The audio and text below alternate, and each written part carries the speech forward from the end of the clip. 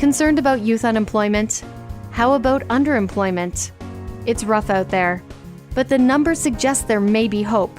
A report by the Certified General Accountants Association of Canada on youth unemployment paints a picture that isn't as bleak as it has been in the past, and tells us that better times may be ahead. Over the last decade, the youth unemployment rate has experienced a declining trend, and even at its highest level, it was still noticeably lower than during the previous 2 recessions. The quality of jobs for youth workers improved during the recovery, with more youth obtaining higher wage jobs in such areas as natural and applied sciences, health, and trades.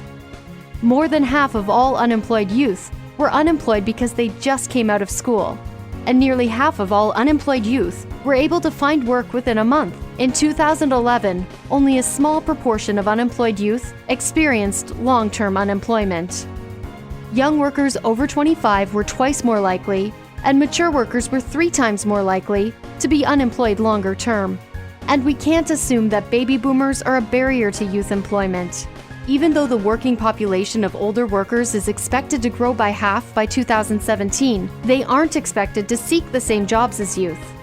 In 2011, nearly half of youth were working in clerical, sales, and service-related occupations, and only a fraction of older workers sought employment in these areas.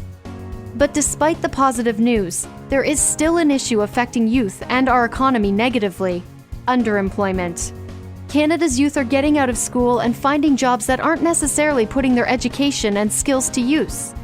Underemployment erodes job satisfaction, affects the quality of work performed, and causes people to give up on their career goals.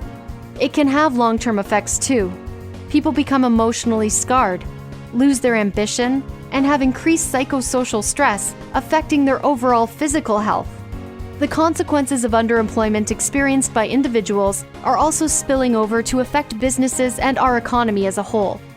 CGA-Canada calls for research to be done to look into the causes of underemployment. It's something that those involved in public policy should invest in, from businesses and educators to community organizations and not-for-profit groups.